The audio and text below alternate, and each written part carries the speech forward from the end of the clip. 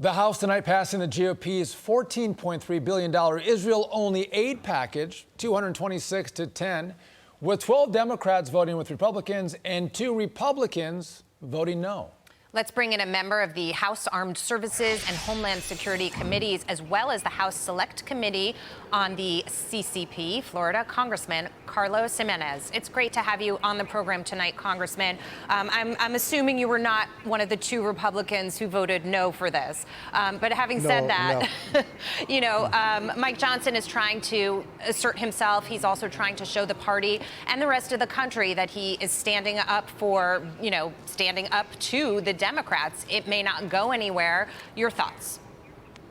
My thoughts are I was happy to vote for this bill. I'd rather spend $14.3 billion helping the Israelis fight Hamas instead of funding the IRS to wage war against the American taxpayer. So I'm very happy with what we did, and I hope that we stand our ground and that we have that offset. But finally, the most important thing is we need to send that aid to Israel. It looks like there's going to be a standoff with the Senate. The Senate doesn't want to cut any spending. They might want to add in Ukraine funding as well. But Congressman, Alabama Senator Tommy Tuberville, he made the case that the GOP should hold off on authorizing any aid to Israel until something's being done to address the border at the southern border. Watch this. On the Hill, they look for any kind of crisis to make money, borrow money. We're printing over $100,000 a minute right now just to pay for all this stuff. We don't have the money. We're borrowing money from China. The people that we're actually supposed to be preparing war for in the near future.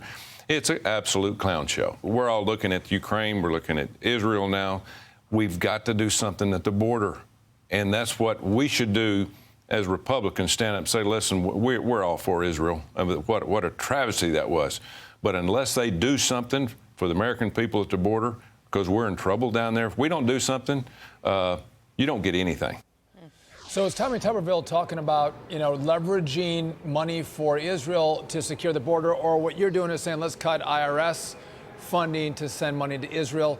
But it seems like there's going to be a conflict. Do you think the House is going to stand to use the leverage of Israel money to get something from Joe Biden and Democrats? Yeah, I think we should. We need to. And look, the problem at the border is very serious. Mm-hmm. But until you get a new president, you're not going to solve the problem at the border, because it's not an issue of funding. It's an issue of will.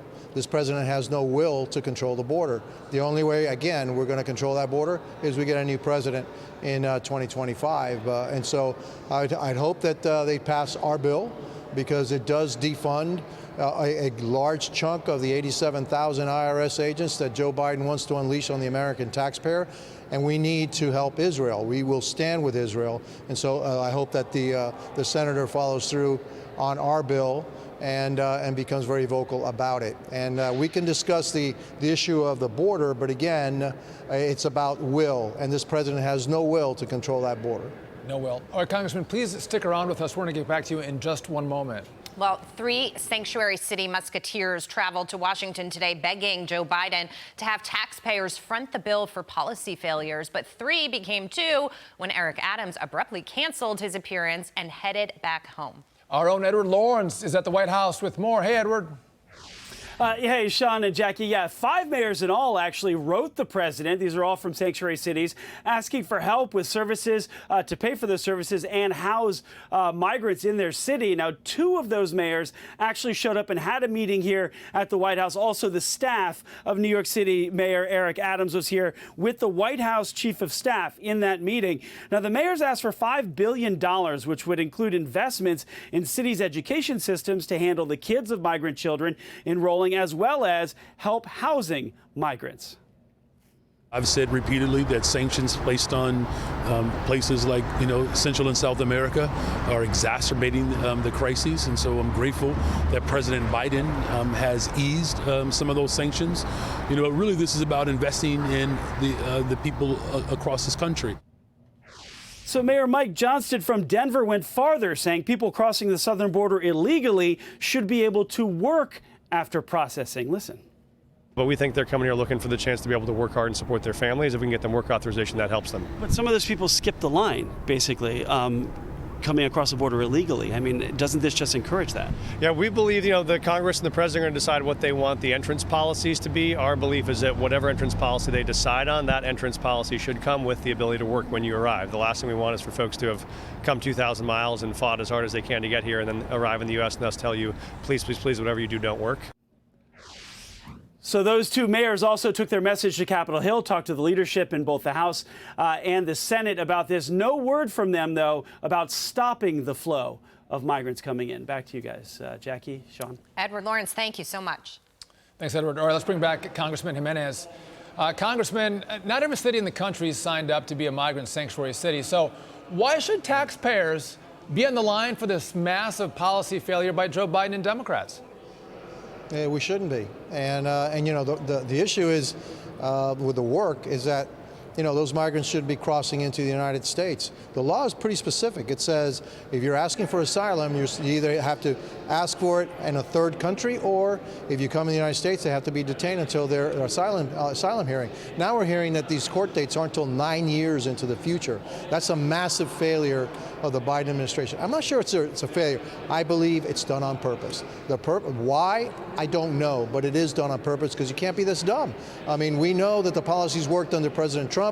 A day later, when President Biden took office, he reversed all those policies, and then we're seeing the repercussions of that utter failure of the Biden administration to control our border. We need to control the border, but I don't believe that this president has the will to control the border. He wants to keep it open. He wants to flood America with the migrants, and now he wants them to work, which means when they get here and they start working, they'll tell their family and friends back in their home country, hey, come to the United States, you can get work in the United States, come on over, and we'll have an even greater flood of people coming over. Yeah, it's amazing that basically the messaging is come break the law, come into the country illegally. We will bend the rules to make sure that you are welcome and can survive here.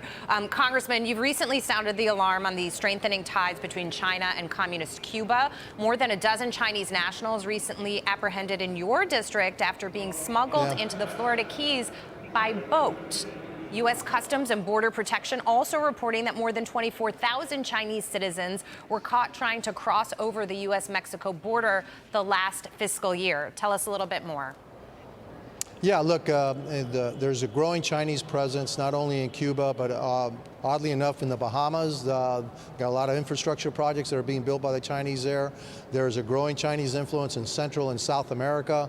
These are our neighbors. We should be the dominant, partner in our neck of the woods, and the Chinese are making great strides under the watch of this Biden administration. The Chinese are just signing agreements in South America, Belt and Road initiative with Cuba, with security initiatives with them. I wouldn't be surprised if in the near future you're going to see a Chinese naval base 90 miles offshore, and probably you'll get to see some bombers make some visits to Cuba in the near future from China, and so it's very alarming. And then why are we having all of these Chinese nationals trying to get into the United States? We know they're trying to buy farmland near sensitive military installations, and so all of this poses a threat to the United States. And now they're trying to sneak into my district.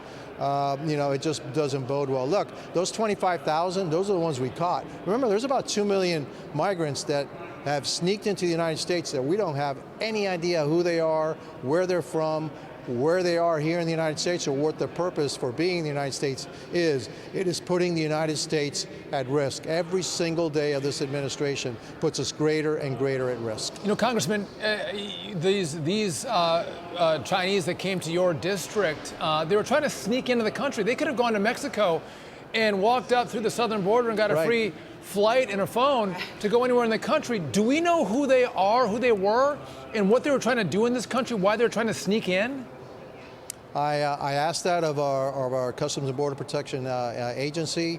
I have not received an answer about that, but you're absolutely right. I don't know why anybody would try to sneak in the United States. All they got to do is come, pay the Mexican cartels, a couple $1,000s, and they can walk right into the United States, and they'll be given a phone, a place to stay, aid, and then they'll be given an asylum hearing in about 10 years. Right. So yeah, it doesn't make any sense. This is a shameful Joe Biden administration. Congressman Carlos Gimenez, thank you for joining us, Thank you, sir. for sharing the All right, story. it's my pleasure.